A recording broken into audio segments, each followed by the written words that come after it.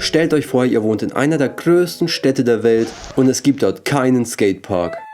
Dieses Problem hatten die Skater in New York City. So hat man sich selbstverständlich auf die Suche nach Spots in dieser großen Stadt begeben, man wurde aber an keinem Spot geduldet und instant verscheucht. Bis dann Anfang der 80er Jahre ein Platz unter der Brooklyn Bridge auf der Seite Manhattans entdeckt wurde, der erst 1973 errichtet wurde und keinen wesentlichen Zweck hatte. Die großen Banks sind das erste, was einem an diesem Spot sofort ins Auge sticht. Daher gaben Skater dem Platz den Namen Brooklyn Banks. That was the meeting spot. Everybody came together there. We were skating underneath the Brooklyn Bridge. I saw skateboarding evolve through the 80s. Yeah, we would skate the banks all day. It's the banks. Called the Brooklyn Banks. The Brooklyn Banks. It's called the Brooklyn Banks.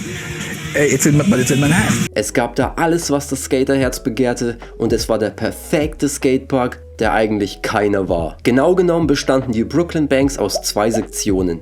Den Small Banks, die anfangs hauptsächlich geskatet wurden, und den Big Banks, die erst einige Zeit danach von den Skatern eingenommen wurden. So this is the spot we used to call the lower banks, which no one really skated back in the day.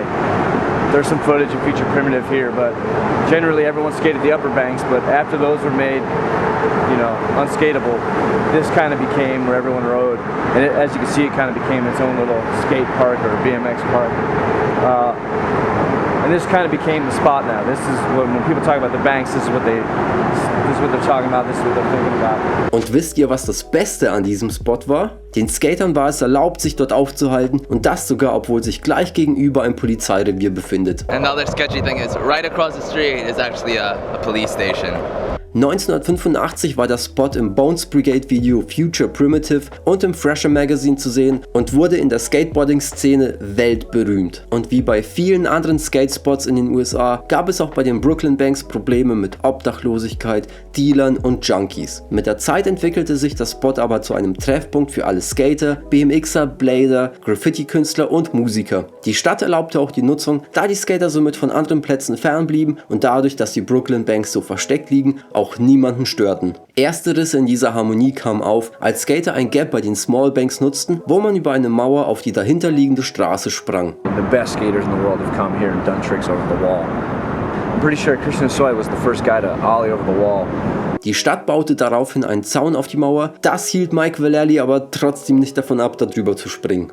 When I heard about it, you know, I was really kind of bummed out because it's kind of the end of an era.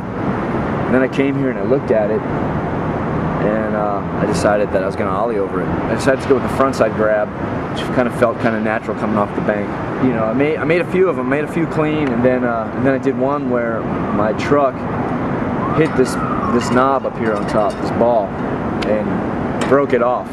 And Red shot a sequence of that, and that was the one that showed up in the magazines. Ansonsten gab es für die Skater keine weiteren Probleme und die Szene bei den Banks konnte sich die nächsten Jahre schön weiterentwickeln. 2004 wurde der Platz aber ohne Ankündigung abgesperrt aufgrund von Renovierungsarbeiten und die Small Banks wurden dabei teilweise abgerissen, um Platz für eine Grünanlage zu schaffen. Der Aufschrei in der New Yorker Skate-Szene war groß und diese lief Sturm auf die Stadt, um wenigstens die Big Banks zu erhalten. Die treibende Kraft in der Community ist Steve Rodriguez, der sich seit den ersten Renovierungsarbeiten für den Erhalt der Brooklyn Banks einsetzte. Das Vorhaben war von Erfolg gekrönt und man brachte die Stadt sogar dazu, noch weitere Obstacles wie Rails und Rampen dort aufzustellen. Fürs Erste war die Skate-Community zufrieden und man dachte, jetzt sind die Brooklyn Banks safe. Denkste. Ende 2009 wurde bekannt gegeben, dass die Brooklyn Bridge, die genau über dem Spot verläuft, renoviert werden soll und die Banks als Abstellplatz für die Baumaschinen benötigt werden. Dies sollte ab 2010 soweit sein und bis zum Jahr 2014 dauern. Aber schon bevor die Renovierungsarbeiten an der Brooklyn Bridge anfingen, kamen bei der Skate-Community erste Zweifel auf und man befürchtete, dass der Spot den Arbeiten zum Opfer fallen wird. Nach steigendem Druck durch die Skate-Szene, die Banks wieder zu öffnen, beauftragte die Stadt Steve Rodriguez mit dem Bau eines neuen Skateparks an anderer Stelle, um die Community zu beruhigen. Das Projekt wurde 2012 als LAS Skatepark realisiert.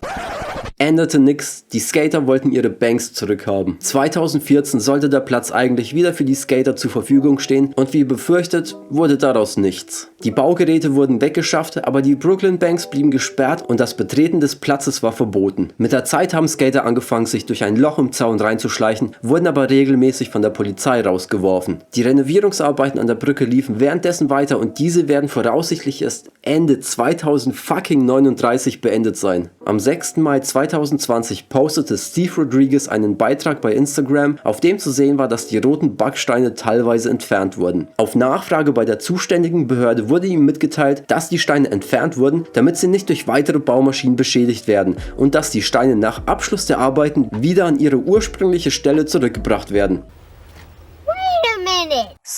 Im Oktober 2020 wurde dann eine Petition zur Erhaltung und Wiedereröffnung der Brooklyn Banks gestartet, bei der über 50.000 Unterschriften gesammelt wurden und die von so gut wie jeder großen Skatemarke supportet wurde. Leider hatte das keinen großen Einfluss auf die Entscheidungen der Stadt und die Brooklyn Banks scheinen fürs erste Geschichte zu sein. Es bleibt abzuwarten, ob die Banks ein Revival erleben, man muss aber ehrlich sagen, es sieht schlecht aus und man sollte sich damit abfinden, dass die Geschichte des wichtigsten Spots in der größten Stadt der USA ein Ende gefunden hat. Traurig ist, dass die Skate-Community keine Gelegenheit hatte, von diesem Spot Abschied zu nehmen, aber naja, so ist das Leben. Man muss aber auch sagen, nicht jeder denkt so negativ wie ich. Eventuell kommt ja doch alles anders und irgendwann sind die Brooklyn Banks wieder skatebar. Schön wär's auf jeden Fall. Wenn euch das Video gefallen hat, dann lasst mir ein Like und ein Abo da. Bis zum nächsten Video. Peace out.